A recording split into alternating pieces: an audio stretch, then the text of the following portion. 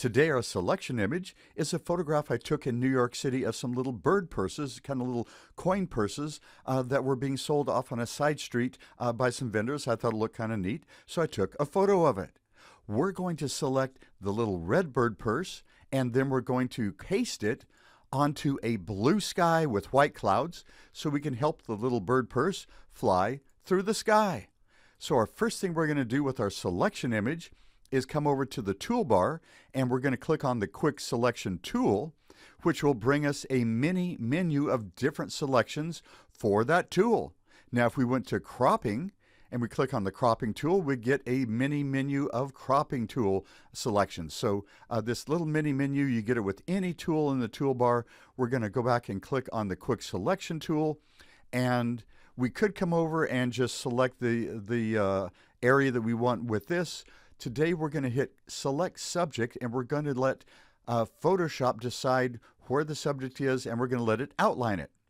Now we can see that it outlined both purses. And so what we're going to do now, if you can see inside that circle, there's a little plus sign. If I hold down the Alt key on a PC, then it turns into a minus sign. With that, I can come like this, and just kind of holding down the cursor on the mouse, I can get rid of the marching ants, get rid of the selection over on the pink purse, and bring it over to the red purse. And then if I release the Alt key and click with the mouse, I can bring it like that. So here we have a basic selection of the red purse.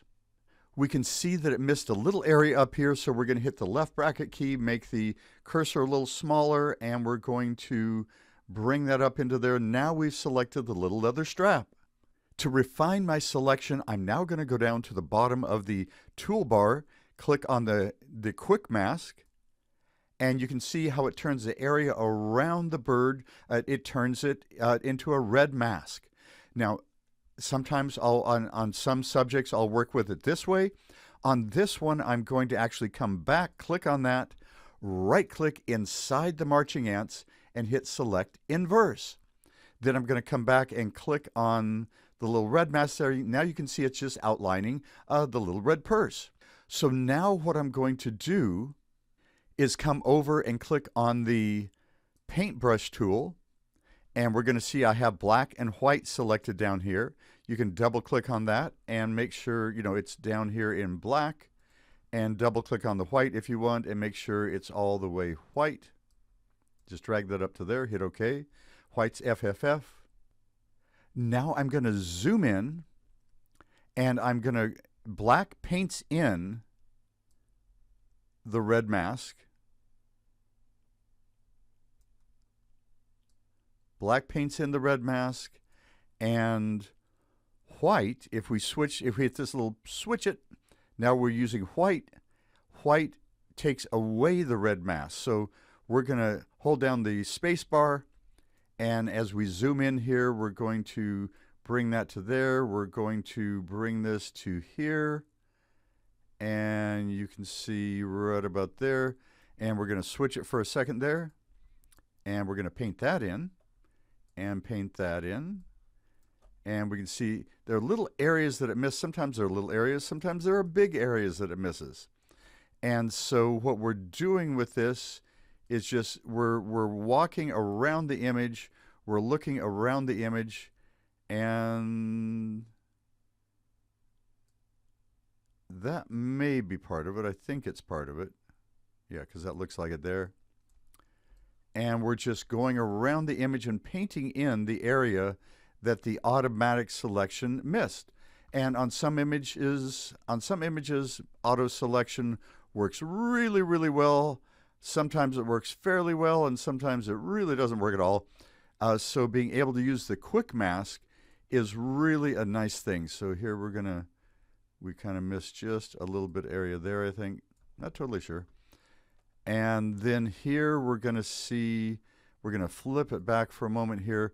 You can also erase away an area to see, is that something that got missed? And if we erase too much, then we can actually come back and simply paint that back in, going, Oh, so that was part of the area that I wanted to include. And so we simply bring it back in that way. So now here we can see it missed a little bit of that there. We're going to come over here like this, and we're going to come all the way back down and see, oh, it missed that area there. So we're going to paint that in. And then we're going to, that got missed just a little bit there. Bring that right about there. And zooming in actually makes this much, it makes a much more refined image, because once you're zoomed out, people go, I don't see anything. So working zoomed in is like using a magnifying glass, and it's actually very easy to do. I'm zooming with my scroll wheel, just zooming my scroll wheel on my mouse in and out. And to do that, we simply come over to Edit. We come all the way down to, sometimes you have to hit the little square here, come down to Preferences at the very bottom, go up to Tools, and then select Zoom with Scroll Wheel. Now, generally I found in Photoshop this is unclicked as a default, so you do need to go in. If it is unclicked, you do need to go in and click Zoom with Scroll Wheel, and then click OK, and then you're able to zoom in and out on the image just using the scroll wheel. Now, one of the cool things about this is if I want to zoom in on this area over here, and let's make that a little bit larger so you can see a little better, I just put my cursor there and I zoom. Or if I'm zooming in on this bird, so it zooms in wherever you have your cursor placed. Now, the cool thing is to hold down your space bar, which turns the whatever tool it is into a grabber hand. With the spacebar held down and the grabber hand showing, you can then just press down the left side of your mouse and you can move the image around anywhere you want. So zooming in and using the little grabber hand, very, very helpful for going in and making selections. So now we've selected the area of the bird. We come back over here and click on, now also if you are working on selections and you want to work on it, then come back and work on it some more, you will want to save the image in red mask mode as opposed to marching ant mode. Saving it in red mask mode, you save the mask. In marching ant mode, it can go away and you lose the mask that you'd worked on. Now also when I go to marching ant mode, I see, oh, that area wasn't really a part of this, and so I'm going to go back just for a moment, and I'm going to click on that tool there, and I'm going to say, no, I want to erase. I want the white to take that away because that was a purse in the background. And then we're going to zoom in a little more, hit the left bracket key on the keyboard. That's right beside the P key, and that allows us to make the tool just a little smaller. And then we're going to see that actually I think this little black area here is part of this purse. So we're going to flip that and we're going to paint it in using flipping over to black, which paints in the red mask tool. So it can be a good idea also after you do it. And you can see also here, if you double click on the red mask tool, it brings up quick mask options, which allow you to change, like if you're working on somebody's lips or something, a bright red rose on a red background, it's harder to see, so you can change the color to any color you want for the mask, and we're going to cancel that. So that's another kind of cool thing you can do. So we've looked at everything in the marching ant area there, and now we're going to right click and say, and see when I right click that didn't work. So I actually need to go either back to the quick selection tool or to the marquee tool here, which is the rectangular marquee tool. You also have the option for the elliptical. But you do need to be in one of those two tools to be able to right click and say select inverse, and then right click, and I prefer layer via copy as opposed to layer via cut. For one thing, it allows me to have keep my background just like it is. I can have my original background image, my original image just as it is. So hitting layer via copy, make a copy of this area inside the marching ants. I hit that, and all of a sudden, I have an outline of the little bird purse here that I can work with. So here's the little bird purse by itself. You can see a little bit of something got left selected over here. I'm going to hit the eraser tool and erase that little one there. And then I'm actually going to come down here, and I know this is part of the purse, but I think I'd rather not have it with the flying bird purse. I'm going to right click and bring the hardness of my brush over to probably in the 90s, and then I'm going to, because to me that was a little bit distracting there, and actually this little bit over here, we're going to take it away using the eraser tool. So you're able to work on the selection even after you've made it. And here, this little thing here, I'm going to round that off a little bit. That looked a little bit, and you're going, but you're cheating. And I'm going, yes, I am. You're making your creative choices. And so you're creating an image, and you get to select what is in the image and what is not. So I'm simply doing a little bit of taking some of that dark area out from the image, and you can see, yes, I am a little bit of a perfectionist when it comes to Photoshop, but you can spend your time. You can work on the image, save it, and then come back and work on it. So whatever your speed and whatever speed you need, if you're working for a client, I'm doing this to kind of just take out some of that there. And so now I think we have pretty good on the bird purse there. I'm going to go ahead and save it, and I'm going to hit Save As. I have this saved as a TIFF, so I'm going to left click and say I've made some changes to it, and I'm going to left click and say yes. Do you want to replace it? I'm saying yes. Actually, I'm going to hit no for a second. I'm going to come over here and I'm going to hit the bottom layer so that when I look at this image saved, I'll see everything there. And so you can see I have the original bottom layer and then now the new top layer there. So we're going to come over File and we're going to hit Save As, and we're going to hit Save, and now we're going to, yes, we want to replace it, and we're going to hit OK. And now I'm going to unclick the background layer. You don't have to, but just to show this visually, I'm going to hold down left side of the mouse and grab and pull this away from the bar up here. So now we see the clouds and everything here. Now I can simply grab, drag, and drop the bird onto the sky, or grab the layer and drag and drop it as well. So I'm just going to grab the bird and I'm going to drop it. Whoa, there it is on the background. And now I've saved this already. So I'm just going to click thank you for your, thanks for helping out, being a great selection image. We've selected what we wanted, we've copied it, we've pasted it. So now I'm going to close that. And it says, do you want to save before closing? And I've already saved it. If you didn't save it yet, you can say yes. I'm going to hit no. And so now what we have is we have the two images, and using the move tool over here on the toolbar, I can actually move it around the image.